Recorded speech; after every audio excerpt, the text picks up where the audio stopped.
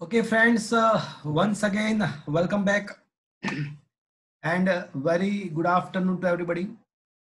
I hope you all are safe, your family members, your relative, your parents, your friends, all are safe. And you are enjoying this new era, this new way of learning.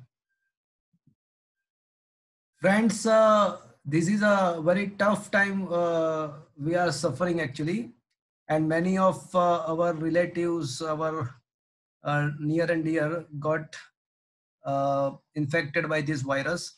So this is a tough situation, but make your mind positive and just try to learn as possible the, as you find from the lectures.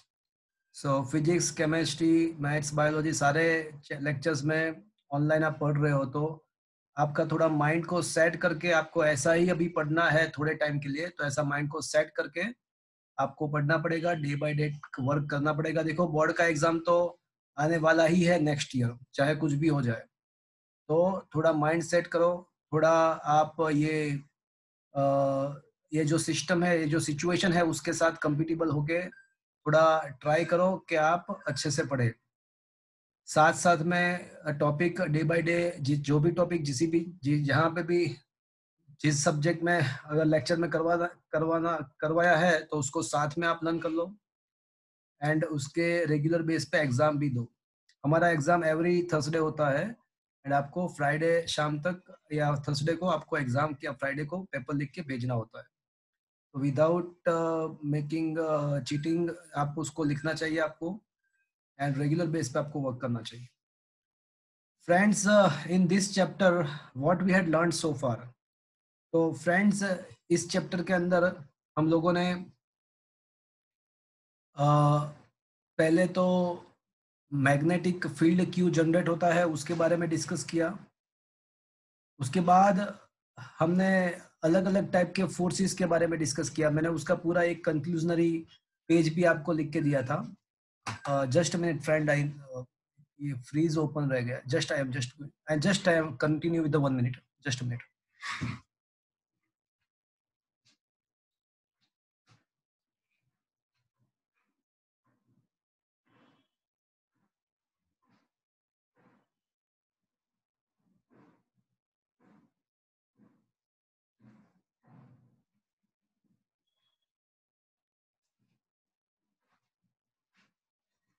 Okay, so friends, हम लोगों ने सबसे पहले different magnetic force के बारे में discuss किया था। मैग्नेटिक फोर्स के अलग अलग केसेस का पूरा मतलब एक चार्ट बना के मैंने आपको दिया था। Then after we had discuss the different kind of magnetic field. हमने बायोट सावर्ट लॉ डिस्कस किया। उसके बेस पे हमको पता चला कि कोई लाइन एलिमेंट होता है, कोई लाइन एलिमेंट होता है तो उसके द्वारा जो मैग्नेटिक फील्ड प्रोड्यूस होता है उसका equation mu not upon 4 pi IDL cross R cap upon R square होता है। That is the very basic magnetic field, that is the magnetic field of a line element. उसके बाद secondly हमने discuss किया था कोई रिंग है, current carrying ring है, तो करंट कैरिंग रिंग का मैग्नेटिक फील्ड हमको पता है on the axis of the ring. On the axis of the ring we know the magnetic field can be given by mu 0 NIA square mu not NIA square upon 2 x square plus a square raise to 3/2। Mu not NIA square upon 2 x square plus a square raise to 3/2। तो that was the magnetic field of the ring. और उसके बाद मैंने उसके भी special cases का पूरा chart बना के आपको दिया था। So that was the second magnetic field, second case of the magnetic field we had learned so far. After that, we had discussed the Ampere circuital law and its application we are discussing right now. And the third magnetic field, that is a magnetic field of a very long wire. तो हमने ampere circuital law के application के द्वारा we had found the magnetic field for the very long current carrying wire. We learned that the magnetic field of a very long current carrying wire at the point outside the wire can be given by mu 0 I upon 2 pi r. Upon 2 pi r is the distance. And for the point inside the wire, which is practically we are not going to find anywhere. Practically what we are going to find we always going to find the magnetic field outside the wire. So for the point inside के point के अंदर magnetic field जो था वो mu not I R upon 2 pi a square, where a is the radius of the wire.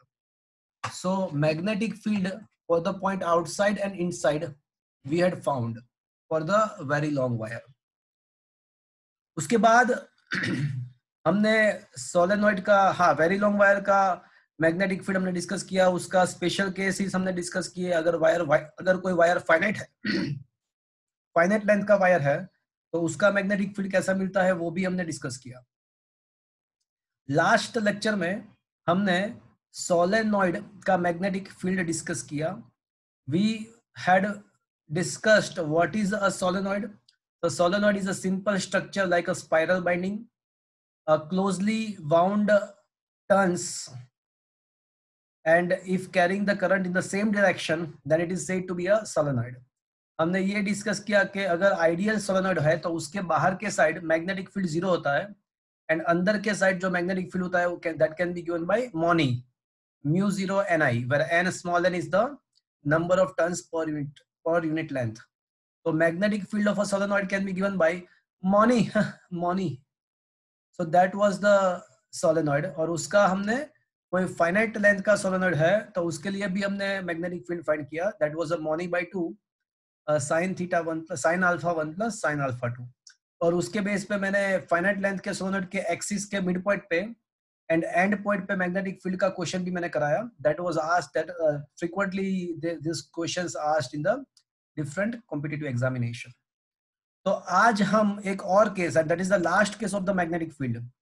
तो आज हम एक और केस मैग्नेटिक फील्ड का फाइंड करेंगे. तो आज हम फाइंड करेंगे टॉरॉइड का मैग्नेटिक फील्ड. तो today our target is to discuss the magnetic field of a toroid. तो हमने लास्ट लेक्चर में ये तो डिस्कस कर लिया था कि भाई टॉरॉइड है क्या.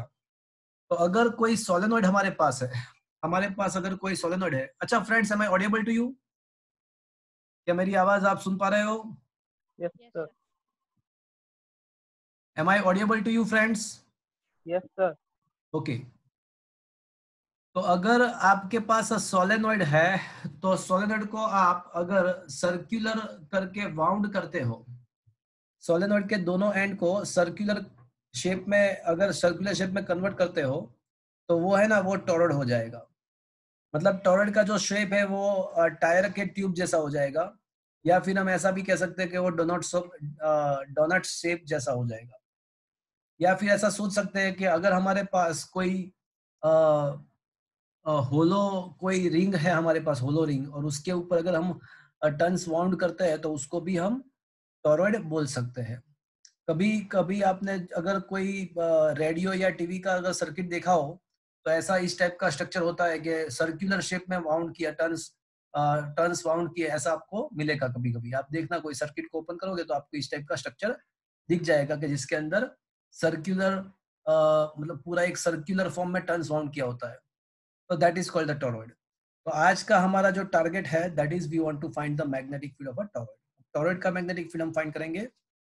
तो friends look at this figure. क्या आपके मोबाइल में फ्रेंड्स आप ये नोट्स देख सकते हो टॉरॉइड का? Yes, sir.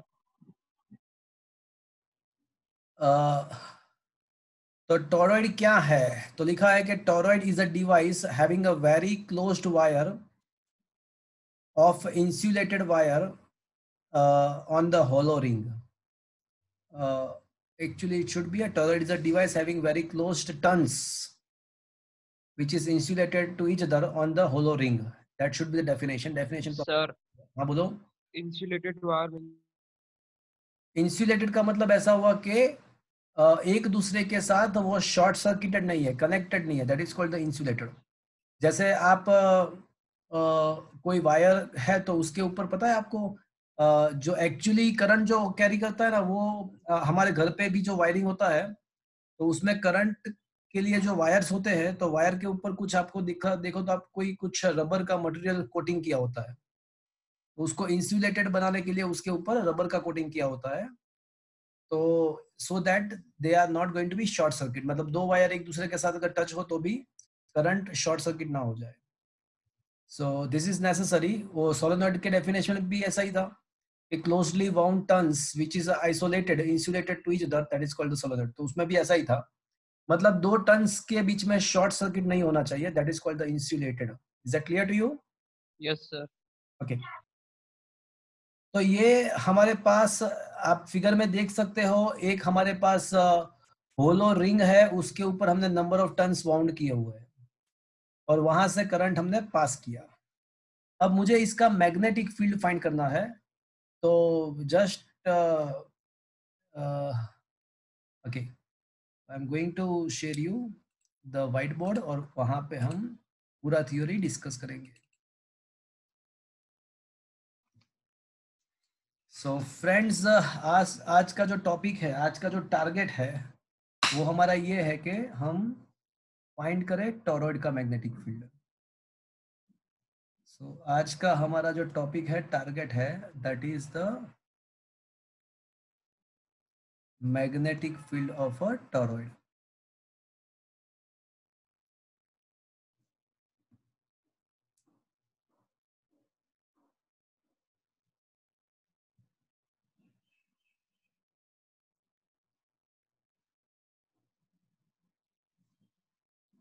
तो टॉरॉइड का मैग्नेटिक फील्ड फाइंड करना है। तो वैसे आपको ये तो पता है कि टॉरॉइड किसको बोलते हैं। तो भाई टॉरॉइड में क्या होता है कि आपको एक होलो रिंग लेना होता है। एक होलो रिंग लेने के बाद क्या करोगे आप? तो होलो रिंग लेने के बाद आप क्या करोगे कि आप उसके ऊपर टर्न्स फाउंड करोगे। तो ये हमारे पास एक होलो रिंग है, तो अब हम क्या करेंगे कि वहां पे टर्न्स को वाउंड करेंगे। तो देखो यहाँ से मैं वाउंड करना स्टार्ट कर रहा हूँ। ओके,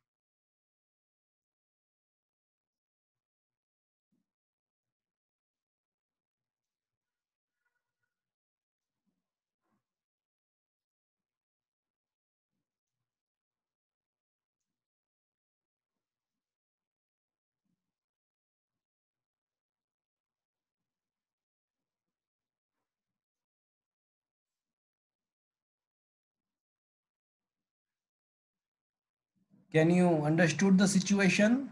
क्या आपको पता चल रहा है कि कैसे ये वाउंड किया हुआ है? Are you able to understood? Yes, sir. Okay, so यहाँ से करंट जा रहा है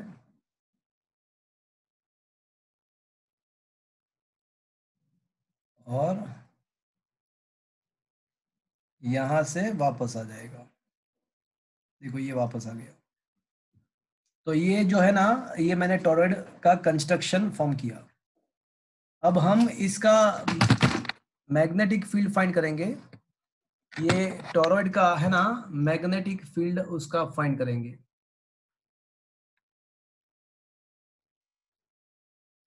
क्या मेरी आवाज प्रॉपरली आ रहा है कि थोड़ा लेग हो रहा है? आवाज मेरी आ रही है friends? Yes, sir. Okay fine. तो अब हम इसको तीन पार्ट में, ये थियरी को तीन पार्ट में डिवाइड करेंगे। हम ये थियरी को 3 पार्ट्स में डिवाइड करेंगे। सबसे पहले हम ये जो इनर रीजियन है उसका मैग्नेटिक फील्ड फाइंड करेंगे। सेकेंडली हम जो आउटर मोस्ट रीजियन है उसका मैग्नेटिक फील्ड फाइंड करेंगे। और उसके बाद the region enclosed by the toroidal ring, toroidal ring के द्वारा जो रीजियन एंक्लोज हो रहा है उसका मैग्नेटिक फील्ड फाइंड करेंगे। तो friends, to apply the Ampere circuital law, what we should have? Ampere circuital law apply करने के लिए हमारे पास क्या होना चाहिए? Closed loop. या थोड़ा लाउडली बोलो रेशवा। Closed loop. हाँ, to apply the Ampere circuital law we must have a Ampere loop, that is a closed imaginary loop. Once you have the Ampere circuital loop, then you can apply the Ampere circuital law. तो हम है ना तीन अलग अलग जगह पे हम एम्पियरन लूप का इमेजिनेशन करेंगे। बट आपको थोड़ा और ज्यादा आइडिया आए इसलिए मैं है ना ये जो टॉरॉइड है ना उसका मैं क्रॉस सेक्शन यहाँ पे बना रहा हूँ। I am just going to form a cross section of a toroid. तो ये जो टॉरॉइड है उसका अभी मैं क्रॉस सेक्शन फॉर्म करने जाने वाला हूँ। तो ये अभी मैं जो ड्रॉ कर रहा हूँ that is a cross section of the toroid.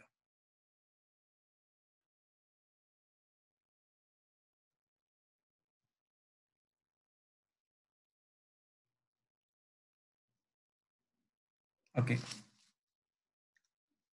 तो मैं ना फ्रेंड्स यहाँ पे क्रॉस सेक्शन टॉरॉइड का बना रहा हूँ। तो फ्रेंड्स ओके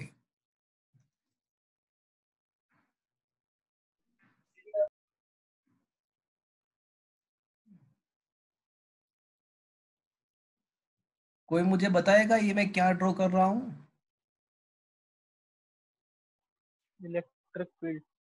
रॉन्ग। देखो ये चैप्टर कौन, पहली बात तो ये कि चैप्टर कौन सा चल रहा है। इलेक्ट्रिक फील्ड वर्ड आना ही नहीं चाहिए। Current. हाँ ये जो मैं ड्रॉ कर रहा हूँ वो करंट है। और ये डॉट का मतलब क्या होगा? चार्ज।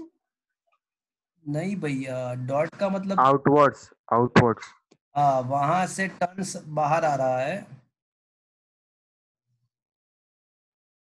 एंड क्रॉस का मतलब वो जो करंट है ना वो वहां पे एंटर हो रहा है। देखो ये देखो आप ये नंबर ऑफ टर्न्स मैं है ना this is a cross section.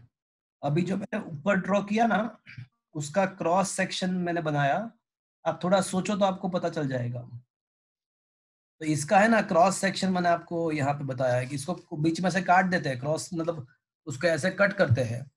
तो आपको क्या दिखाई देगा? आपको एक ये दो सर्कल दिखाई देंगे और एक टर्न जो अंदर से देखो यहाँ से अंदर जा रहा है। यहाँ पे करंट देखो, आप देख सकते हो कि ये जो सारे टर्न्स है ना उसका करंट यहाँ से अंदर जा रहा है और ऊपर से बाहर आ रहा है। देखो यहाँ से करंट बाहर आ रहा है। तो ये डॉट जो है ना वो ये dot and cross is showing the number of turns. वो टर्न्स जो वाउंड किए है वो शो कर रहा है, but dot and cross is indicating the direction of the electric current and that turns. तो क्या ये अब क्रॉस सेक्शन समझ में आया आपको ये मैंने कैसे ड्रॉ किया? Yes sir. आप टॉरॉइड को बीच में से क्रॉस सेक्शन लेते हो, टॉरॉइड का क्रॉस सेक्शन लेते हो तो आपको ये टर्न्स नहीं दिखाई देंगे, आपको जस्ट दो पॉइंट ही दिखाई देंगे। और ये dot and cross is indicating that dot is the point from where the current came out in the turns and cross is the point at which the current go inside the plane from the turn. But turn हमने यहाँ पे show नहीं किया हुआ। अब चलो magnetic field कैसे होगा, कोई मुझे बताएगा? How is the magnetic field produced? ये बहुत सारे रिंग्स है तो रिंग का मैग्नेटिक फील्ड कैसे मिलता है हमको?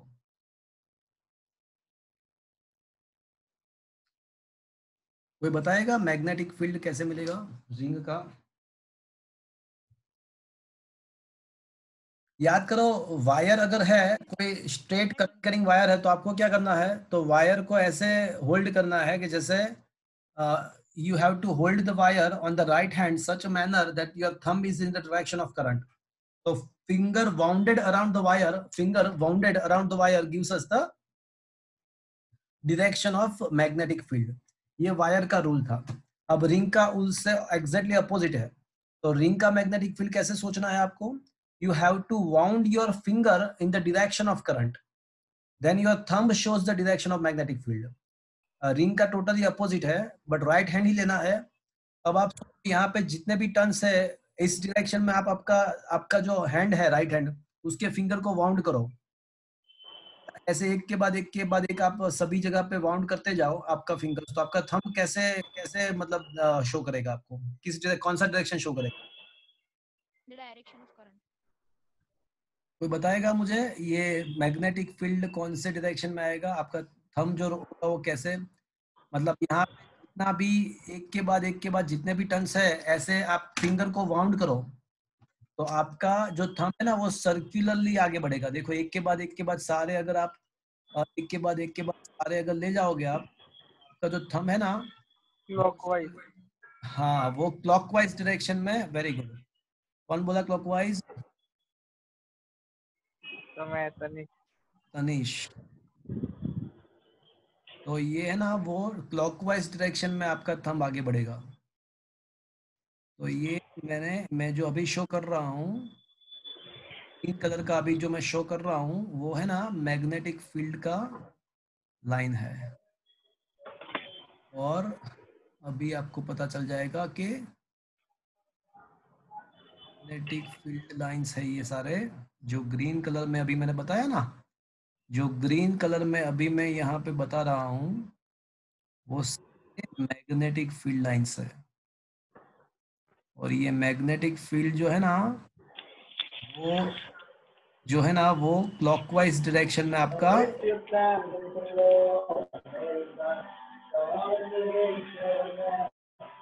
Please friends mute your mics and mute mics but switch on your cameras.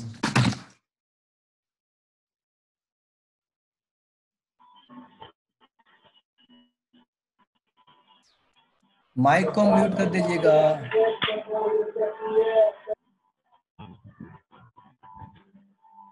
Nandish, Nandish सुरेजा, Nandish सुरेजा।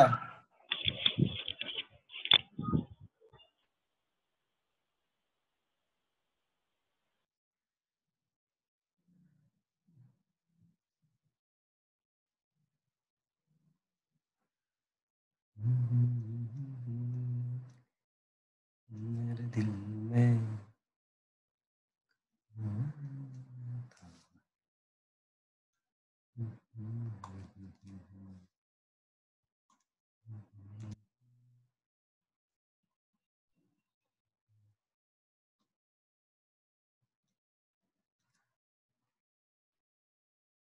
तो ये जो मैं ड्रॉ कर रहा हूँ, ये क्या ड्रॉ कर रहा हूँ, कोई मुझे बताएगा? कोई बताएगा मैं ये क्या ड्रॉ कर रहा हूँ? Flow of current. No, it is not the current. Current तो वायर के, करंट तो ये सारे टर्न, मैग्नेटिक फील्ड ये जो है डायरेक्ट। ना वो टर्न्स के अंदर करंट है। ये करंट कैरिंग, करंट तो ये है करंट कैरिंग टर्न्स।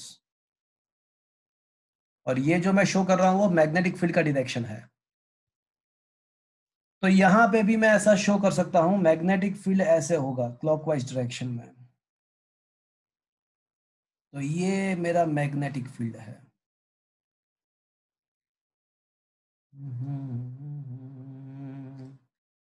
मेरे दिल में।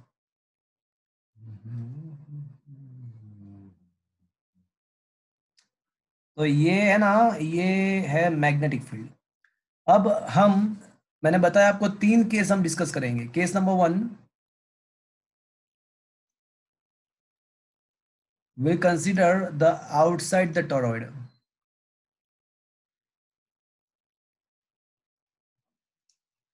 टॉरॉइड के बाहर के साइड हम सोचेंगे।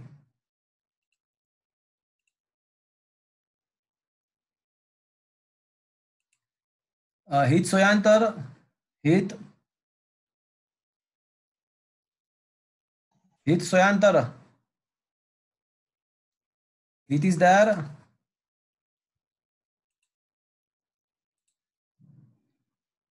हित सोयांतर,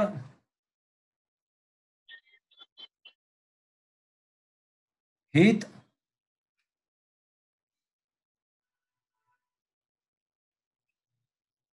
Okay. So the very first case, we are going to find the magnetic field for the outside the toroid. मतलब ये टॉरॉइड के बाहर के पॉइंट के लिए सोचते हैं, तो हम यहाँ पे एक इमेजिनरी, एक टॉरॉइडल, सॉरी एक एम्पियरन लूप का कंसीडरेशन करेंगे। तो मैंने यहाँ पे एक एम्पियरन लूप का कंसीडरेशन किया,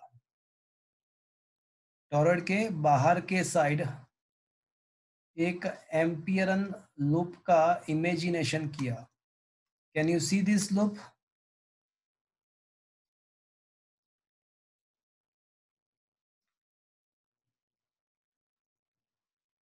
चलो, ये हमारा एक एम्पियरन लूप हुआ।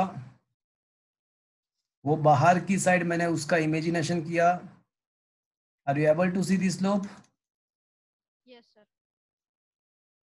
Yes, sir. हमारा एम्पियरन लूप हुआ।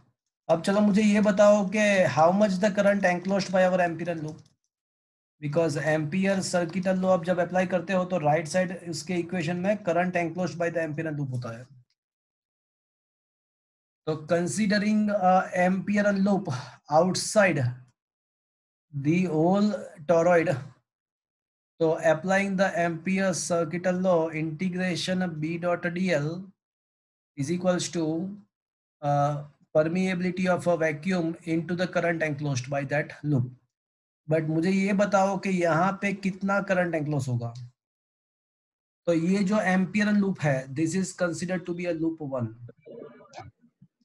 तो उसमें जितने डॉट है ना उतने ही क्रॉस है, जितने डॉट है उतने ही क्रॉस है। तो मतलब जितना करंट बाहर आ रहा है उतना ही वापस से अंदर जा रहा है। तो what is the net enclosed current? Loop के इनसाइड जितने डॉट है उतने ही, 0. तो जितना करंट बाहर आ रहा है उतना ही वापस से अंदर भी जा रहा है।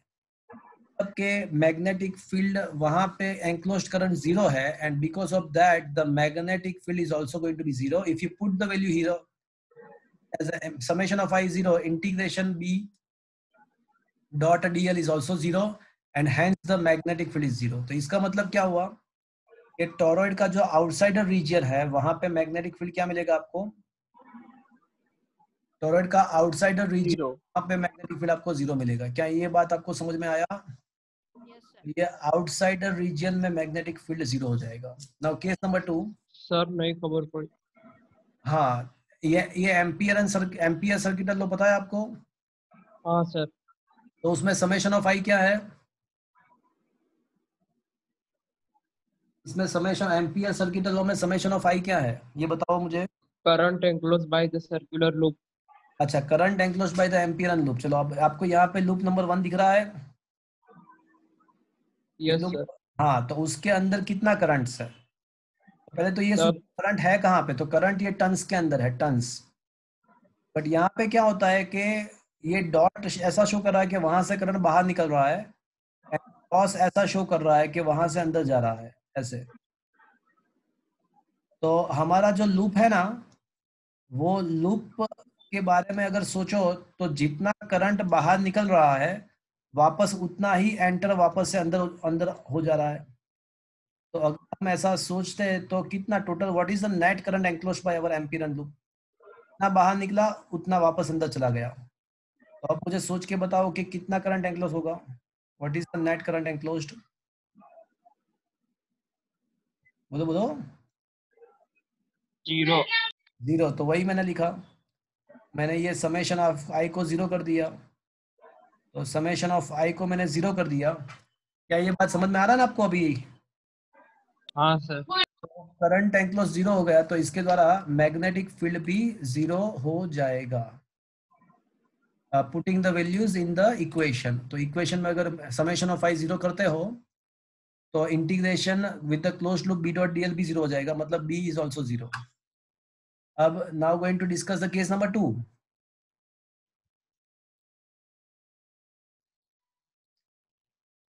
Case number 2,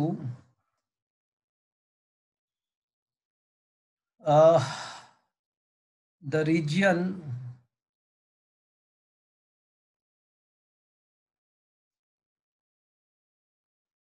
inside the toroid। अब ये दूसरा यहाँ पे inside the toroid region enclosed by the toroidal region enclosed by the toroidal ring नहीं कह रहा हूँ मैं यहाँ पे इनर रीजन की बात कर रहा हूँ। तो वापस से हमको क्या करना पड़ेगा वहां पे? वापस से हमको क्या कंसीडर करना पड़ेगा? बता दो भैया, क्या करेंगे वापस से? Closed loop consider करेंगे। वहां पे वापस से क्लोज्ड लूप का अजम्पशन करेंगे। तो ये जो क्लोज्ड लूप है वो वापस से हमारे लिए क्या है? एम्पियरल लूप है। तो ये लूप नंबर 2 है। तो अब मुझे ये बताओ कि ये जो एम्पियरल लूप है उसके द्वारा कितना करंट एनक्लोज हो रहा है? ये 0. हाँ, तो उसमें तो कोई अंदर भी नहीं जा रहा है, कोई बाहर भी, इसके अंदर तो कुछ है ही नहीं। देखो, ये लूप के अंदर तो कुछ भी नहीं है। तो ये जो लूप नंबर 2 जो है, जिसका मैंने अभी अजम्पशंस किया, ये लूप नंबर 2, तो उसके द्वारा तो कोई करंट एंक्लोज ही नहीं हो रहा है, नाइदर एंटरिंग। और हाँ, वो जो जितने भी करंट है वो लूप के बाहर के साइड है। देखो, लूप के अंदर current enclosed by the loop, ये लूप के अंदर तो कुछ भी नहीं है, ओनली वैक्यूम है। देखो, तो मतलब कि यहाँ पे भी क्या होगा, तो यहाँ पे भी वही होगा, मतलब summation of I current enclosed by the loop is 0, and hence because of that we can directly say from the previous discussion that the magnetic field is also 0। तो मतलब क्या हुआ, बाहर मैग्नेटिक फील्ड 0 हो गया, अंदर भी 0 हो गया, यहाँ पे भी मैग्नेटिक फील्ड 0 होगा। चलो, अब बाकी क्या बचा, अब कोई मुझे बताएगा क्या बाकी बचा?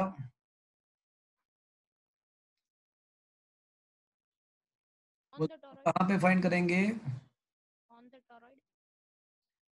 Inside the toroid. In the region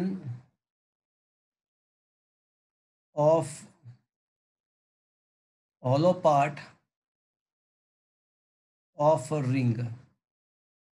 अब ये जो टॉरॉइडल रिंग है, उसका जो हॉलो पार्ट है, उसके अंदर कितना मैग्नेटिक फील्ड है वो हम फाइंड करेंगे। तो वापस से हमको क्या करना पड़ेगा, लूप अज्यूम करना है। वापस से हम एक एम्पियरन लूप को अज्यूम करेंगे। तो वापस से एक एम्पियरन लूप को मैं अज्यूम करूंगा यहाँ पे।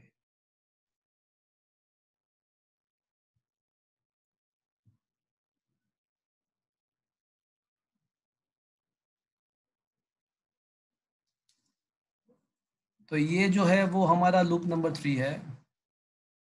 This is what is a loop number 3 for us.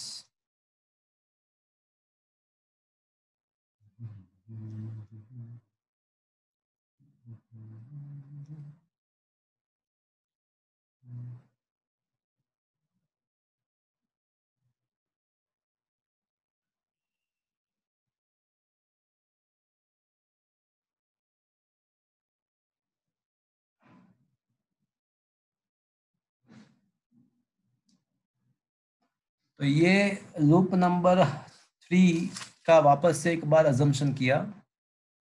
So this is our the third loop. अब देखो, इसके द्वारा कोई करंट एंक्लोज हो रहा है, यस और नो? मुझे ये बता दो कि कोई current enclose Yes, sir. Yes, yes.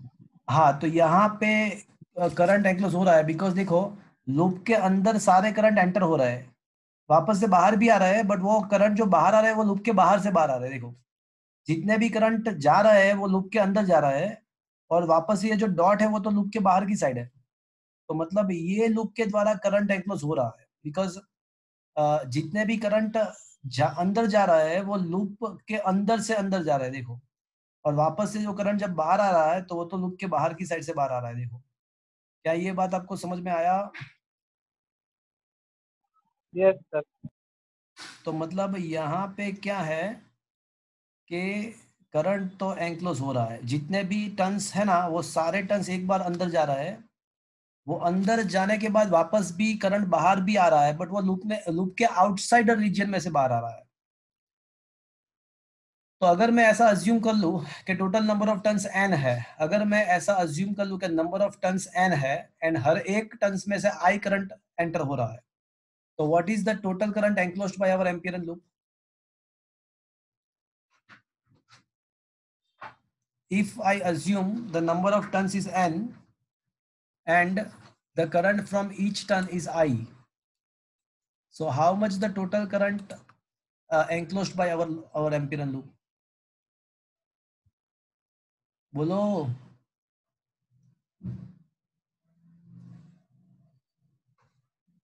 If the number of turns are n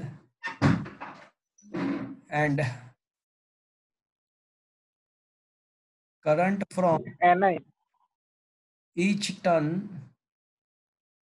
is I, then enclosed current by loop number 3, that is summation of I, can I say it is equals to Ni? क्या मैं ऐसा कह सकता Yes, हूँ? sir. और मैं है ना, मैं वो जो लाइन इंटीग्रेशन का, आपको ये तो पता होगा कि हम लाइन इंटीग्रेशन किसी भी डायरेक्शन में कर सकते हैं।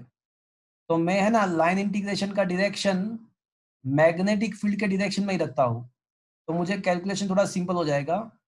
तो मैग्नेटिक फील्ड आपको याद होगा कि वो क्लॉकवाइज डायरेक्शन में था, और मैं लाइन इंटीग्रेशन का भी डायरेक्शन वही लेता हूँ।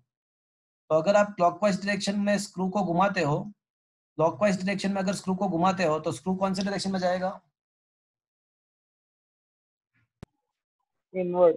इनवर्ड। और ये जो सारे करंट भी है वो भी कौन से डायरेक्शन में जा रहा है? ये जो इनवर्ड। करंट भी इनवर्ड डायरेक्शन में, that's why it should be taken positive. मैंने लाइन इंटीग्रेशन क्लॉकवाइज डायरेक्शन में लिया एंड मैंने स्क्रू को घुमाया।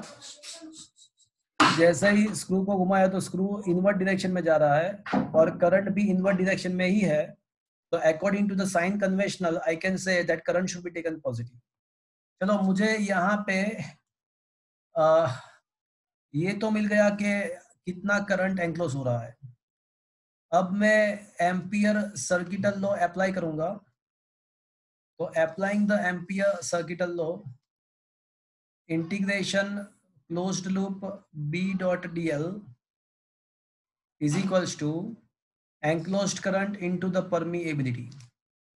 अब यहाँ पे मुझे ये बता दो कि vector B and vector dl के बीच में एंगल कितना है? 0। हाँ, vector B and vector dl के बीच में एंगल 0 है, बिकॉज मैंने है ना इंटेंशनली लाइन एलिमेंट का डायरेक्शन जो है ना वो मैग्नेटिक फील्ड के डायरेक्शन में ही ले लिया था। तो B dl cos 0 1 हो जाएगा, लिखने की जरूरत नहीं है। समेशन ऑफ I का वैल्यू मुझे पता है कि NI है, वो अभी प्लेस करते हूँ। यहाँ पे from the symmetricity I can से as all the points are a symmetric point, I can consider the magnetic field at every point is a similar.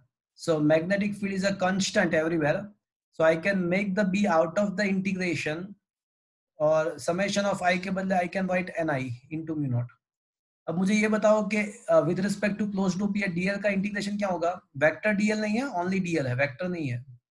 तो क्लोज्ड लूप के में ये क्लोज्ड लूप की बात करते हैं एंड अज्यूम करते हैं कि इसका जो रेडियस है ना, ये जो लूप है उसका रेडियस अज्यूम करते हैं कि r है।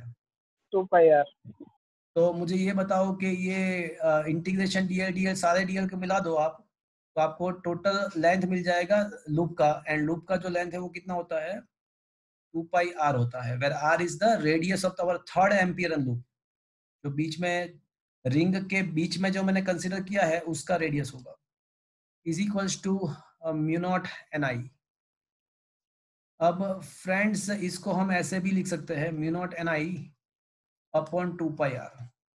तो this is what is the magnetic field of a toroid. तो हमको ये पता चला कि टॉरॉइड के आउटर रीजियन में एंड टॉरॉइड के इनर रीजियन में दोनों जगह पे मैग्नेटिक फील्ड 0 होता है, बट टॉरॉइड का जो होलो पार्ट है, जो होलो पार्ट है टॉरॉइड का अंदर के साइड, ये टॉरॉइडल रिंग का जो होलो पार्ट है उसके अंदर मैग्नेटिक फील्ड होता है, एंड उसका जो फॉर्मूला है वो mu 0 NI upon 2 pi r है।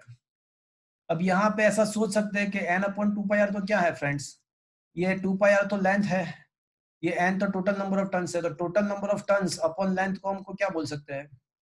It is the number of turns per unit length भी बोल सकते हैं उसको। ये यहाँ पे लेंथ 2 pi r ही है ना, तो यहाँ पे टॉरॉइडल रिंग का जो टोटल लेंथ है वो 2 pi r है, तो ये हो जाएगा n upon 2 pi r will be the number of turns per unit length, वो स्मॉल n हो जाएगा। तो अब ये फॉर्मूला क्या हो जाएगा? चलो अब इसको कैसे लिख सकते हैं हम? मॉनी। मॉनी, मॉनी। तो वापस से मॉनी, सोलेनॉइड का भी मॉनी, टॉरॉइड का भी मॉनी, बट फर्क कितना है कि सोलेनॉइड में आपको small n is equal to n/l करना है, और यहाँ पे n/2 pi r करना है। और यहाँ पे दूसरा फर्क ये है कि टॉरॉइड के outside and inside torrid and outside the torrid magnetic field 0 रहता है, उसके ओनली होलो रीजन में ही हमको कुछ ना कुछ मैग्नेटिक फील्ड मिलता है। तो फ्रेंड्स क्या ये थ्योरी आपको समझ में आया? Yes sir. सर सोलेनोइड के आउटसाइड के रीजन में भी होता है ना मैग्नेटिक फील्ड? आइडियल सोलेनॉइड के आउटसाइडर रीजन में मैग्नेटिक फील्ड 0 ही होता है, बट क्या होता है कि हमारा जो रिंग होता है ना, वो रिंग यहाँ पे टॉरॉइड में भी ऐसा है, torrid and solenoid both the cases जो रिंग होता है ना वो 100% सर्कुलर नहीं है। देखो ये रिंग थोड़ा थोड़ा इंक्लाइंड है, 100% सर्कुलर नहीं होता है। तो because of that thing outsider region में भी थोड़ा सा मैग्नेटिक फील्ड रहता है, माइनर।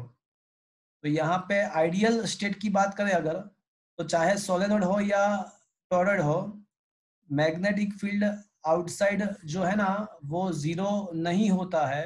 सॉरी, आइडियल केस में वो जीरो होता है, बट प्रैक्टिकल केस में वो थोड़ा मिलता है, हमको थोड़ा मिलता है, because the rings are not 100% circular, it is slightly helical, that is why. Is that clear? Sir हमने सोलिनॉइड में अपन सेम केस थे। हाँ वही तो मैं बोल रहा हूँ कि टॉरॉइड के अंदर, टॉरॉइड की बाहर के साइड एंड सोलेनॉइड के बाहर के साइड की भी बात कर रहा हूँ मैं। ये सोलेनॉइड है, राइट? तो ideally outside the magnetic field ideally zero होता है आइडियली, बट प्रैक्टिकल लाइफ में कुछ होता है, बिकॉज उसका जो रिंग्स होते हैं वो 100% सर्कुलर नहीं होते हैं। ओके हाँ सर, कारण के 10th में इलेक्ट्रिक बेल में सोलिनॉइड आई थी तो क्या बोल रहे हो? 10th में इलेक्ट्रिक बेल નો જે ડાયાગ્રામ હતો એમાં સોલિનોઇડ હતો, એટલે એમાં તો ઇલેક્ટ્રિક ફીલ્ડ આઉટસાઇડ, અરે મેગ્નેટિક ફીલ્ડ આઉટસાઇડ ક્રિએટ થતી હતી જ્યારે આપણે સિલિકોન हाँ तो प्रैक्टिकल लाइफ में थोड़ा मैग्नेटिक फील्ड आउटसाइड होगा ना, मैंने बताया ना आपको, थोड़ा सा मैग्नेटिक फील्ड होगा, बट जो मेन ओके सर, जो मैग्नेटिक फील्ड होता है ना सोलेनॉइड का जो मेन जो मैग्नेटिक फील्ड होता है वो कहाँ पे होता है? उसके जो एंक्लोज्ड रीजन है ना, ये रीजन, उसमें मैक्सिमम मैग्नेटिक फील्ड रहता है, और बाहर के साइड निग्लिजिबली स्मॉल मैग्नेटिक फील्ड बहुत ही कम होता है, टेंड्स टू जीरो बाहर के साइड। और यहाँ पे मैग्नेटिक फील्ड मिलता है आपको, कितना मिलता है? मोनी जितना। ओके સર हाँ सर। बोलो। સર અહીંયા ઇન્ટિગ્રેશન ડીએલ માં રેડિયસ કેમ લીધું આપણે? मुझे ये बताओ कि इंटीग्रेशन डीएल का मतलब क्या होता है? લાઈન એલિમેન્ટ નું जितने બધું भी, नहीं સમ नहीं, અપ કરવાનું। हाँ हाँ एग्जैक्टली सम अप करने का। अब ये लाइन एलिमेंट कहाँ पे है? फिगर में હોલો वो स्फीयर लाइन में। स्फीयर कहाँ पे? यहाँ पे स्फीयर, कोई स्फीयर है ही नहीं यहाँ पे, पहली बात। रिंग में। हाँ रिंग के अंदर एक सर्कल दिया हुआ है, उसमें लाइन एलिमेंट है, तो वो सारे लाइन एलिमेंट को आप ऐड कर दो, सम कर दो, तो क्या मिलेगा आपको? 2 पाई। अरे 2 पाई तो एंगल होता है, वो सारे लाइन एलिमेंट को एडिशन कर दो तो आपको क्या मिलेगा? सरकमफ्रेंसिस मिलेगा। एंड सरकमफ्रेंसिस का फॉर्मूला क्या होता है? हाँ सर 2 पाई आर। हाँ, is that clear? Yes sir. तो फ्रेंड्स आई होप कि ये थ्योरी आपको समझ में आया होगा। इसके बेस पे एक आध दो न्यूमेरिकल्स भी है, वो भी हम डिस्कस कर लेते हैं, बट क्या, एक बार फिर से मैं पूछ लेता हूँ, क्या ये थ्योरी आपको समझ में आया? સર बोलो। સર આમાં જે રેડિયસ લીધું છે ટોરોઇડમાં એ, હા એટલે જે થર્ડ લૂપ છે એમાં हाँ રેડિયસ આની જગ્યાએ થોડીક હજુ નાની લીધી હોય તો આન્સર તો સેમ જ આવે ને? हाँ समझ आ गया, समझ आ गया, but I can say this is the exact formula, this is the exact formula for the magnetic field exactly in the middle of this hollow region, hollow region के exact middle में इतना होता है, अदरवाइज उसके थोड़ा बहुत minor change होता है। ओके ઓકે सो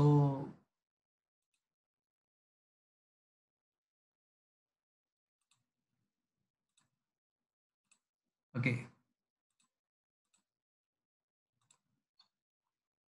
तो ये क्रॉस सेक्शन पता चला फ्रेंड्स, डॉट एंड क्रॉस, ये बीच में जो है वो सारे क्रॉस है, ये सब डॉट है, ये लूप नंबर 1 2 3, ये समझ में आया पूरा चीज? ये फिगर आपको समझ में आया फ्रेंड्स? ये फिगर की बात कर रहा हूँ मैं।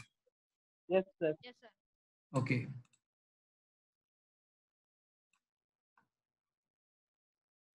और यहाँ पे पूरा एक्सप्लेन करने के बाद वो 3 केसेस यहाँ पे एक्सप्लेन किया हुआ है, एंड फाइनली आंसर लिखा हुआ है कि मोनी, where small n is equals to capital N upon 2 pi r. तो ये हो गया मैग्नेटिक फील्ड। फ्रेंड्स ये टॉरॉइड का यूज कहाँ पे होता है? तो you will be surprised by knowing that A toroid is the most important part of a tokamak. अब टोकामेक क्या है? तो न्यूक्लियर फ्यूजन के द्वारा प्लाज्मा का प्रोडक्शन होता है और प्लाज्मा को कन्फाइन करने के लिए, उसको कन्फाइन करने के लिए टोकामेक का यूज होता है और वो टोकामेक के अंदर ये टोरॉइड का यूज होता है.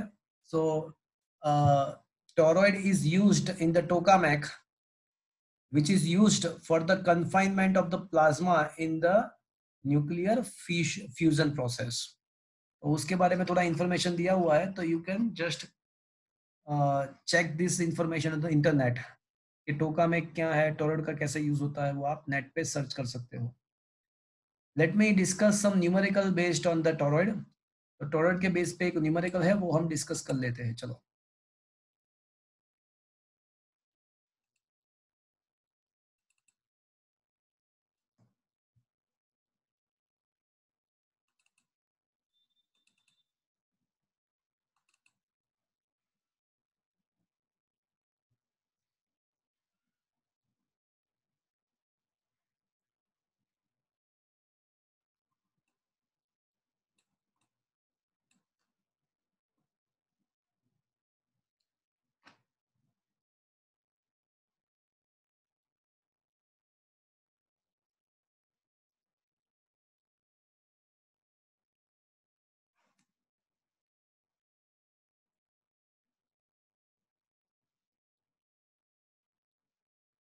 ओके.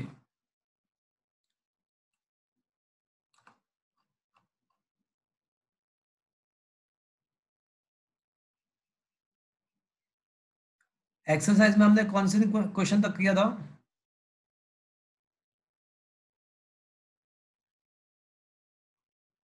फ्रेंड्स, एक्सरसाइज में हमने कौन से क्वेश्चन तक किया था? अरे बता भी दो.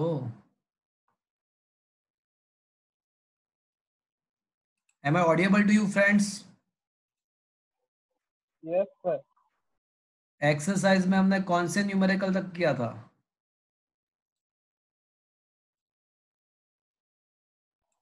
फ्रेंड्स, 18 या 17. क्वेश्चन नंबर 8 तक किया था. एक्सरसाइज के अंदर हमने क्वेश्चन नंबर 8 तक किया था. अब अभी जो 17th क्वेश्चन है, it is based on the toroid. तो मैं ये 17th क्वेश्चन अभी डिस्कस कर रहा हूं मैं आपके साथ. तो क्या लिखा है फ्रेंड्स, देखो तो. Toroid has a core of inner radius 25 and outer radius 26. मतलब एक टोरॉइड है जिसका इनर रेडियस 25 है एंड उसका आउटर रेडियस जो है ना वो 26 है. आपको टोरॉइड का इनर एंड आउटर रेडियस दिया हुआ है.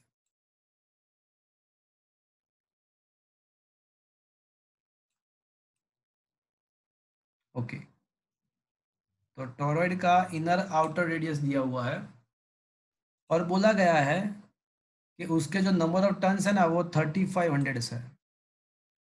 तो आपको तीन चीज फाइंड करनी है. करंट उसमें से 11 एम्पियर पास हो रहा है. तो नंबर 1, आपको आउटसाइड के रीजन में मैग्नेटिक फील्ड फाइंड करना है. आपको inside the core of the toroid, मतलब टोरॉइड के जो बीच में उसका जो कोर रीजन है, ये that is called the core region. That is called the core, मतलब ये जो रीजन है उसको कोर रीजन बोलते हैं. वहां पे मैग्नेटिक फील्ड फाइंड करना है. And empty space surrounded by the toroid, मतलब ये टोरॉइड के अंदर का जो एम्प्टी स्पेस है ये वाला, वहां पे मैग्नेटिक फील्ड फाइंड करना है. तो चलो मुझे बताओ कि question case A and case C में आंसर क्या आएगा?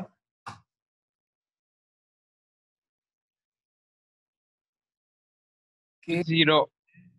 आंसर 0 आएगा बिकॉज हमको पता है कि आउटसाइड के रीजन में मैग्नेटिक फील्ड 0 होता है. Case see that is the inside part, उसमें भी मैग्नेटिक फील्ड 0 आता है. एंड केस नंबर बी जो कोर रीजन है, कोर पार्ट मतलब वो होलो रिंग के बीच का, तो वहां पे अभी हमने डिस्कस किया what was the formula of the magnetic field. तो बताओ मुझे कोर पार्ट में मैग्नेटिक फील्ड क्या है, अभी डिस्कस किया. mu0 ni. Moni, ha, Moni. That is a Moni. But in place of n, you can write, in place of a small n, you can write, Number of turns upon 2 pi r. हाँ, capital n upon 2 pi r. अब मुझे ये बता दो सोच के, यहाँ पे देखो नंबर ऑफ टन्स तो हमारे पास है 3500, करंट भी 11 एम्पियर है, म्यू नॉट का मुझे पता है कि 4 पाई टू 10⁻⁷ होता है। Mu naught is the permeability of a vacuum and its value is a 4 pi 10⁻⁷ tesla meter upon ampere, वो भी मुझे पता है। तो अब मुझे आर फाइंड करना है, कोई बताएगा मुझे आर कितना होगा? 1 सेंटीमीटर। अच्छा, क्या सोच रहे हो आप? आर 1 सेंटीमीटर हो सकता है क्या? ये है ना, वो 25 है और ये 26 है, तो ये आर जो है ना वो ये आएगा, मतलब इन दोनों के एग्जैक्टली बीच में आएगा। तो वो 25 से ज्यादा है बट 26 से कम आएगा ना, तो 1 कैसे हो सकता है? 1 तो दोनों का डिफरेंस होगा। ये जो मैं ड्रॉ कर रहा हूँ उसका रेडियस आपको लेना है, वही वो जो रेडियस है वो 25 से ज्यादा है भैया और 26 से कम है। 1 कैसे कह सकते हो आप उसको? तो आर कितना होगा भैया? अब बताओ, अब आर कितना होगा?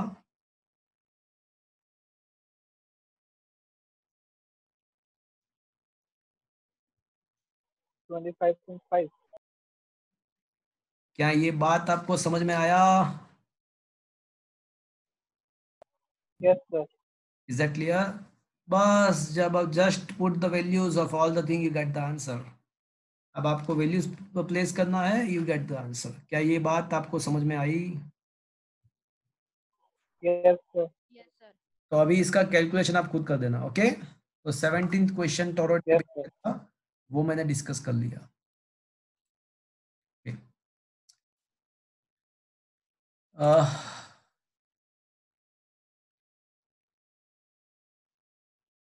Okay, question number 21 we can solve. Question number 17 के बाद 21 क्वेश्चन हम डिस्कस करेंगे। तो 21 क्वेश्चन को आप ध्यान से पढ़ने का ट्राई करें। तो क्या लिखा है देखो फ्रेंड्स 21 क्वेश्चन में।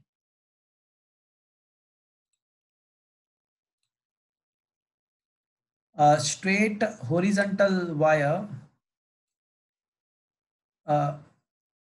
horizontal conducting rod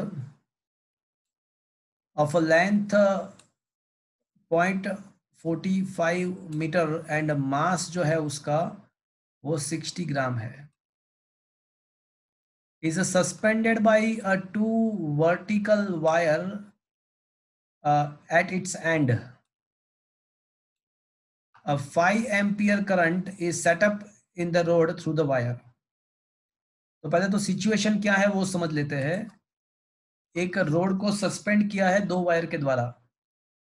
तो ये सपोज के सीलिंग है और हमारा जो रोड है, अज्यूम करो कि ये हमारा रोड है, दिस इज अवर रोड, और इसको है ना 2 वायर के द्वारा सस्पेंड किया हुआ है। मतलब ये दोनों वायर के द्वारा इसको सस्पेंड किया हुआ है। क्या ये बात समझ में आया आपको फ्रेंड्स?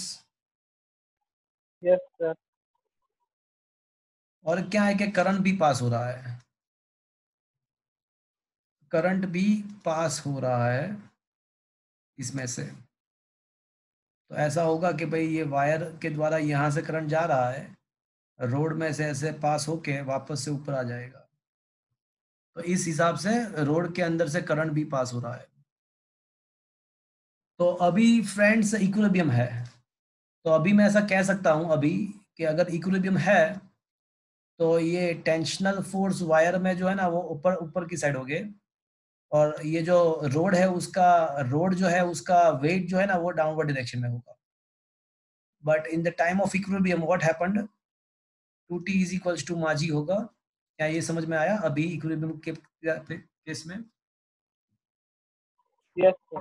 बट इसकी कोई आवश्यकता नहीं है, इसकी कोई जरूरत नहीं है अभी, इसकी कोई जरूरत नहीं है।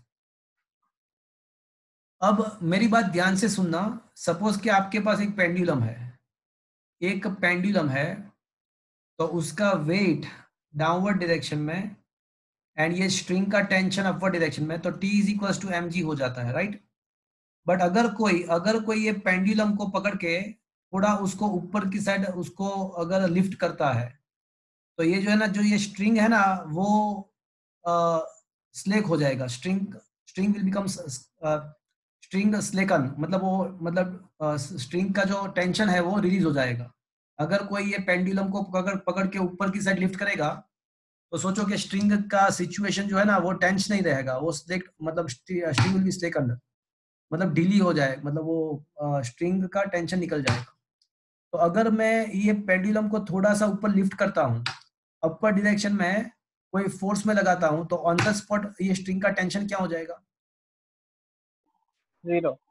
0। तो वही करना है यहाँ पे, वही करना है। तो देखो क्वेश्चन को ध्यान से पढ़ते हैं।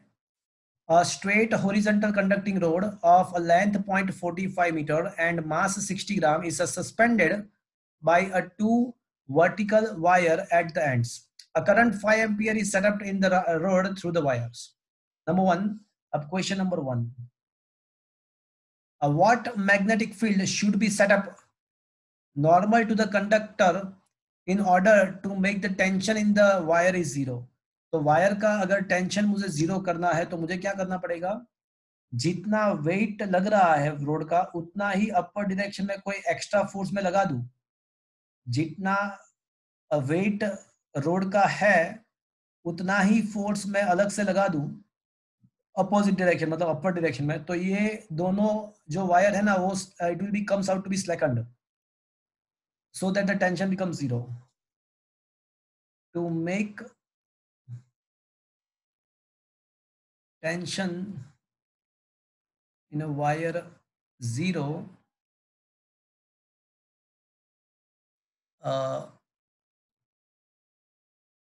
मैग्नेटिक फोर्स, ऑब्वियसली यहाँ पे जो दूसरा वाला जो फोर्स है वो कौन सा होगा? वो मैग्नेटिक फोर्स ही होगा। Magnetic force on a rod must have same magnitude and opposite direction to weight of the wire, weight of the rod. चलो ये बात समझ में आया आपको? So magnetic force on the rod must be equals to mg. चलो ये बात आपको समझ में आया? Yes, sir. बट आपको पता है मैग्नेटिक फोर्स का फॉर्मूला क्या है? अगर कोई करंट कैरिंग वायर को अगर मैग्नेटिक फील्ड में रखते हैं, अगर कोई current, Q into V cross B. अरे वो तो मैंने बताया ना, अलग अलग टाइप के मैग्नेटिक फोर्स के बारे में मैंने बात किया था। वो जो आप बोल रहे हो ना, वो तो कोई चार्ज अगर मूव कर रहा है क्यू वी क्रॉस बी, अगर कोई चार्ज पार्टिकल मैग्नेटिक फील्ड में मूविंग स्टेट में है, B cross. तो मैग्नेटिक फोर्स का जो वायर का जो फॉर्मूला है वो आई एल क्रॉस बी, मतलब I L B sine theta है। अगर कोई I current carrying wire, L length wire is placed in the magnetic field B, then the magnetic force on the wire can be given by BIL sin theta. Is it okay? But यहाँ पे specifically बोला है कि magnetic field कौन से direction में apply किया। देखो यहाँ पे क्वेश्चन में बोला है कि what should be the magnetic field setup normal to the conductor, मतलब कंडक्टर के नॉर्मली मतलब परपेंडिकुलरली अप्लाई किया है। तो what is the angle between the IL and B? 90. 90। तो यहाँ पे हमको सामने से बोला गया है कि मैग्नेटिक फील्ड आपको नॉर्मली अप्लाई करना है। तो अब बनेगा ILB ओनली साइन 91 होता है ना, इसलिए। तो अब अगर आप B को सब्जेक्ट को इक्वेशन बना देते हो तो it is G upon IL। तो ये मास ऑफ द रोड आपको पता है, G आपको 9.8 लेना है, करंट आपको पता बताया गया है कि करंट कितना लेना है 5 ampere, and length of the wire is also given to you. So all the parameter is given to you. You can find the magnetic field. चलो क्या ये बात समझ में आया आपको? Yes, sir. अब यहाँ पे एक दूसरा क्वेश्चन भी पूछा हुआ है। अब दूसरा क्वेश्चन ये पूछा हुआ है कि अगर मैं करंट का डायरेक्शन चेंज कर देता हूँ, ये केस नंबर 1 खत्म। बट अगर मैं करंट का डायरेक्शन चेंज कर देता हूं तो मैग्नेटिक फोर्स का डायरेक्शन भी चेंज हो जाएगा, वो भी अपोजिट हो जाएगा। तो केस नंबर 1 में जो magnetic field upward direction, magnetic force जो अपवर्ड डायरेक्शन में लग रहा था, वो अब कौन से डायरेक्शन में लगेगा? डाउनवर्ड। वो डाउनवर्ड डायरेक्शन में लगने लगेगा। तो अब क्या होगा कि अगर मैं करंट का डायरेक्शन चेंज करता हूं तो ये I L, according to the formula I L cross B, अगर आई एल का डायरेक्शन चेंज होता है तो ऑब्वियसली आपका मैग्नेटिक फोर्स का डायरेक्शन भी चेंज हो जाएगा। तो till now it was acting in the upward direction, but now both the force, gravitational force as well as magnetic force, in the second case, as I am going to change the direction of the current, now the magnetic force also acts in the opposite direction. मतलब initially it was in the upward direction, now it comes out to be in the downward direction. तो अब क्या होगा? अब ये wait तो वैसे भी डाउनवर्ड होता है एंड मैग्नेटिक फोर्स का डायरेक्शन मैंने चेंज किया करंट को चेंज करने के द्वारा। तो अब क्या होगा, ये दोनों फोर्स डाउनवर्ड डायरेक्शन में है एंड जो टेंशनल फोर्स जो है वो तो जहां पे अपर डायरेक्शन में ही लगेगा। तो अब मुझे क्या लिखना चाहिए कि if we reverse the direction of current, the direction of magnetic force, direction of a magnetic force also get reversed. So in this situation,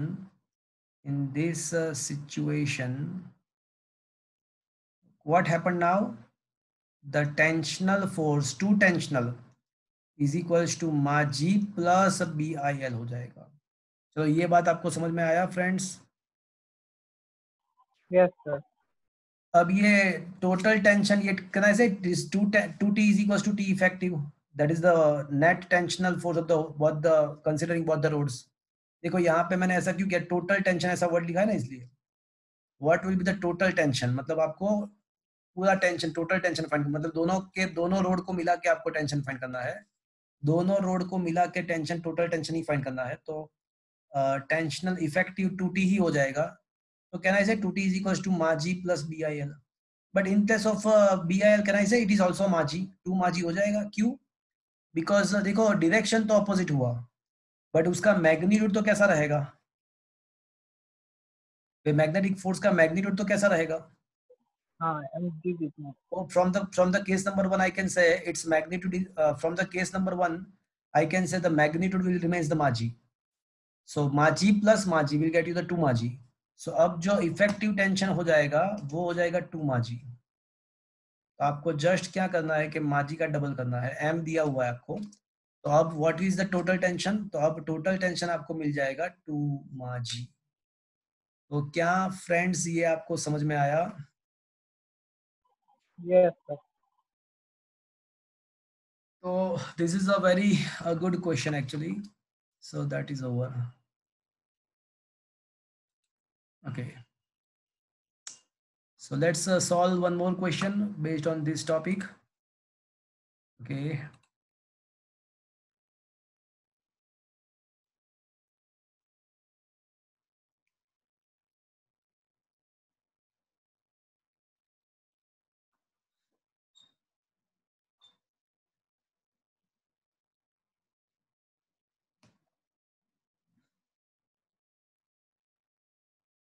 Okay.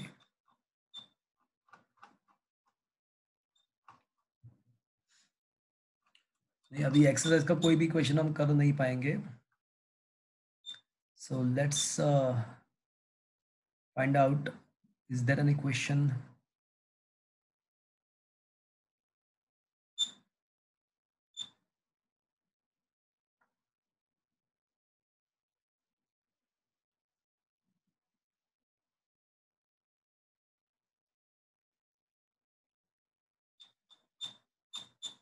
The illustration हमने कहाँ तक किया था, कोई बताएगा मुझे? How many illustration we had done? कोई बताएगा इलस्ट्रेशन हमने कहाँ तक किया था?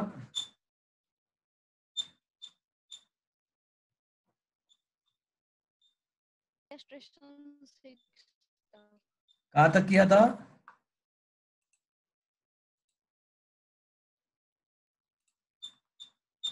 Illustration 6. अच्छा, इलस्ट्रेशन नंबर 6 तक किया था कि 10 तक किया था? मुझे क्यों ऐसा लग रहा है कि इलस्ट्रेशन नंबर, अच्छा illustration number, okay, Ampere circuital law तक ही किया होगा obviously. Okay, done done done done. तो मतलब इलस्ट्रेशन नंबर 6 तक हमने किया होगा। अब 7th 8th 9th and 10th illustration हम कर सकते हैं। चलो इलस्ट्रेशन नंबर 7 पे आ जाओ। Consider a tightly bound 100, I think ये 7 करवा दिया है मैंने, हाँ के ना?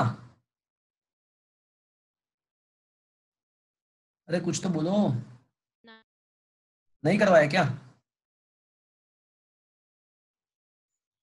Consider a tightly wound 100 tons coil or the radius 10 centimeter carrying the current 1 ampere. What is the magnetic field of the center of the coil? तो friends हमको वैसे भी पता है कि कोयल का मैग्नेटिक फील्ड क्या होता है for the n number of turns and the axis mu naught ni a square upon 2x square plus a square raised to 3/2. But if we consider the center, at the center what happened, the x becomes 0. So at the center x becomes 0 and hence the formula is comes out to be a mu naught ni upon 2 into only the radius. तो यहाँ पे number of turns दिया हुआ है, current भी दिया हुआ है एंड रेडियस भी रिंग का दिया हुआ है। तो can you do it yourself? तो क्या ये कर सकते हो? Is it okay? Yes, sir. Yes, sir. Question number 8 पे आ जाओ। क्वेश्चन नंबर 8, अच्छा illustration number 8 is already completed. देखो इलस्ट्रेशन नंबर 8 ऑलरेडी हमने कंप्लीट कर दिया है। We want to find a magnetic field of a very long straight wire at the point r less than a and r greater than a, मतलब inside the wire as well as outside the wire का magnetic field find करना है। तो वो हमने ampere circuital law के द्वारा, ये थ्योरी मैंने अलग से आपको पूरा अलग से इसको मैंने लिख के आपको दिया हुआ है। तो ये पूरा ये भी ग्राफ भी मैंने आपको बता दिया है। Is it true friends? क्या करवा दिया है? यस और नो? Yes, sir. या तो very long current carrying wire का मैग्नेटिक फील्ड फाइंड करना है इलस्ट्रेशन नंबर 8 में। तो वो हमने ऑलरेडी अलग से किया हुआ है, वो आपको पता है। चलो इलस्ट्रेशन नंबर 9 पे आ जाओ। ये रहा 9th question. A solenoid of a length 0.5 meter has a radius of 1 centimeter. देखो फ्रेंड्स, सोलेनॉइड का जो लेंथ है ना वो 5.5 मीटर है। With respect to 1 centimeter is very large. With respect to 1 centimeter, 0.5 meter is a large, so I can consider this a very long solenoid. And we had proved that for the magnetic field for the very long solenoid is a money, money, where small n is the number of turns per unit length. एक काम करो, आपको number of turns दिया हुआ है, आपको उसका length भी दिया हुआ है, तो आप number of turns per unit length कर दो तो आपको क्या मिल जाएगा? स्मॉल एन मिल जाएगा। बस एक बार अगर आपको स्मॉल एन मिल जाएगा तो अब आपको क्या करना है, उसका वैल्यू सब्स्टिट्यूट करना है। म्यू नॉट तो आपको पता ही है 4/10⁻⁷ है और करंट 5 एम्पियर भी दिया हुआ है, तो आपको जस्ट मोनी करना है। तो क्या ये कर सकते हो आप? Yes, sir. So illustration number 9 is over. अब 10th आज का ये लास्ट क्वेश्चन है, इलस्ट्रेशन नंबर 10। अच्छा 10 नहीं हो पाएगा? हाँ हो पाएगा ना, होगा, हो पाएगा आराम से। तो horizontal component of the earth magnetic field at a certain place is given। देखो यहाँ पे कोई अर्थ का मैग्नेटिक फील्ड का हॉरिजॉन्टल मतलब अर्थ का मैग्नेटिक फील्ड दिया हुआ है 3 × 10⁻⁻5 टेस्ला है। And the direction of this magnetic field is geographic south to north. तो अब ये north south east west direction को आपको ड्रॉ करना है। तो ये आपका हो गया नॉर्थ साउथ, ये हो गया ईस्ट वेस्ट। वैसे मैं आपको फिर से बता दूं कि नॉर्थ का मतलब अपवर्ड नहीं होता है, north, south, east and west, ये सारे डायरेक्शन आपके अर्थ जो होती है ना, हमारी अर्थ, उसके पैरेलल होता है. North is not indicating the upward direction. North, south, east, west वो सारे ये अर्थ के सरफेस के पैरेलल होते हैं. अब यहाँ पे ऐसा दिया हुआ है कि जो अर्थ का मैग्नेटिक फील्ड है ना, वो जियोग्राफिक साउथ से नॉर्थ के तरफ है. So this is the direction of the magnetic field. चलो अब ये दिया हुआ है. अब क्वेश्चन क्या है? साउथ से नॉर्थ के तरफ मैग्नेटिक फील्ड है अर्थ का, वो देखा. A very long straight conducting wire is carrying the steady current of the 1 ampere. अब ये 1 एम्पियर का करंट उसने कैरी किया हुआ है. So want to find the force per unit length when it is placed horizontal table and in the direction of number 1, case 1 east to west. चलो east case 1 में east to waste का मतलब ऐसा हुआ कि ये जो करंट कैरिंग वायर है वो ईस्ट वेस्ट डायरेक्शन में है, और उसका ईस्ट टू वेस्ट का मतलब ऐसा हुआ कि उसका जो करंट का डायरेक्शन है वो ईस्ट टू वेस्ट है. So this is the current carrying wire. Case 1 की मैं बात कर रहा हूँ, केस 1 की बात कर रहा हूँ. तो करंट कैरिंग वायर का जो करंट है वो ईस्ट टू वेस्ट डायरेक्शन में है. तो पहली बात ये है कि हमको पता है कि अगर कोई straight conducting wire uniform magnetic field में पड़ा हुआ है तो उसका मैग्नेटिक फील्ड का जो फॉर्मूला है वो IL क्रॉस B है. मैग्नीट्यूड वाइज सोचे, मैग्नीट्यूड वाइज तो वो हो जाएगा ILB sin थीटा. बट मुझे ये बताओ कि फ्रेंड्स IL एंड B के बीच में एंगल कितना है फ्रॉम द फिगर? ये IL एंड B के बीच में एंगल कितना है? कोई बताएगा? 90. हाँ तो दिख रहा है आपको 90 ही है. तो आपको करना क्या है? BIL. बट आप ध्यान से क्वेश्चन पढ़ो तो आपको force per unit length find करना है. तो फोर्स पर यूनिट लेंथ आपको फाइंड करना है. तो F/L फाइंड करना है, तो आपको BI फाइंड करना है. तो B का वैल्यू जो है ना वो दिया हुआ है 3 × 10⁻⁵ एंड करंट जो दिया है 1 एम्पियर है. तो फर्स्ट क्वेश्चन का आंसर आएगा, केस 1 का आंसर आ जाएगा F/L 3 × 10⁻⁵ Newton per meter. It is a force, not the force. It is a force per unit length. चलो इसका डायरेक्शन क्या आएगा? मुझे उसका मैग्नीट्यूड तो मिल गया, अब डायरेक्शन फाइंड करना है. चलो डायरेक्शन कैसे मिलेगा? आउटवर्ड. हाँ वेट अ मिनट, आपको IL से B के डायरेक्शन में स्क्रू को घुमाना है, IL क्रॉस B. तो आपको स्क्रू को IL से B की तरफ घुमाना है. चलो घुमाओ, मतलब IL से B. क्या आउटवर्ड जाएगा क्या? घुमाओ. नहीं नहीं, इनवर्ड इनवर्ड है. IL टू B घुमाओ स्क्रू. ये B है, ये IL है. तो IL से B के तरफ स्क्रू घुमाओ, तो कौन से डायरेक्शन में जाएगा? बोलो. आप बोलोगे कि इनवर्ड. इनवर्ड. इनवर्ड का मतलब क्या हुआ फ्रेंड्स? ये नॉर्थ, साउथ, ईस्ट, वेस्ट है ना, वो horizontal to the earth surface है. अर्थ के सरफेस के पर हॉरिजॉन्टल है वो सब. तो इनवर्ड, यहाँ पे इनवर्ड का मतलब क्या हुआ? हमारे धरती के अंदर. हाँ धरती के अंदर, मतलब ऐसा बोलना चाहिए आपको कि downward direction, towards the earth. Downward, towards the earth. Earth centre. क्या ये बात आपको समझ में आया? Is yes sir. That, is it okay? Yes sir. अब केस नंबर 2. चलो केस नंबर 2 तो आप डायरेक्टली आंसर दे सकते हो. केस नंबर 2 में वायर जो ना, वायर साउथ नॉर्थ पड़ा हुआ है. अब वायर केस नंबर 2 में साउथ नॉर्थ है, मतलब मैग्नेटिक फील्ड भी साउथ नॉर्थ है एंड वायर भी साउथ नॉर्थ है. तो दोनों के बीच में एंगल कितना हो जाएगा? 0. 4 0. 0. हाँ तो फोर्स का क्या वैल्यू होगा? sin 0. तो 0. 0. सेकंड क्वेश्चन में आंसर 0 आ जाएगा. तो क्या ये बात आपको समझ में आया? Yes sir. Yes sir. तो ये धरती के अंदर जा रहा है कि नहीं जा रहा है, उसको क्रॉस वेरीफाई, उसको जस्ट देख, उसके आंसर इन लोगों ने लिखा है कि नहीं वो देख लेते हैं.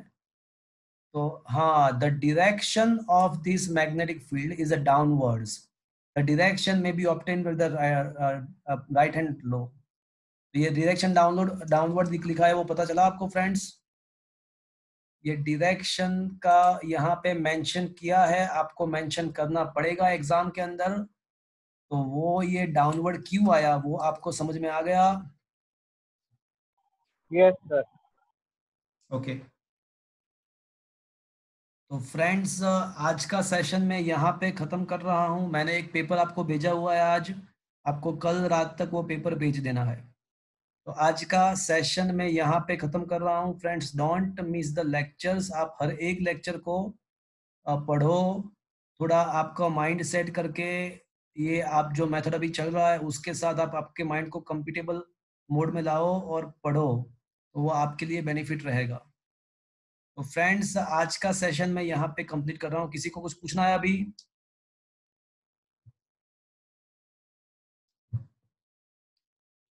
Okay friends goodbye. अभी मैं सेशन को एंड कर रहा हूँ। आपको होमवर्क और ये स्क्रीनशॉट आपको भेज दूंगा मैं। Thank you, bye.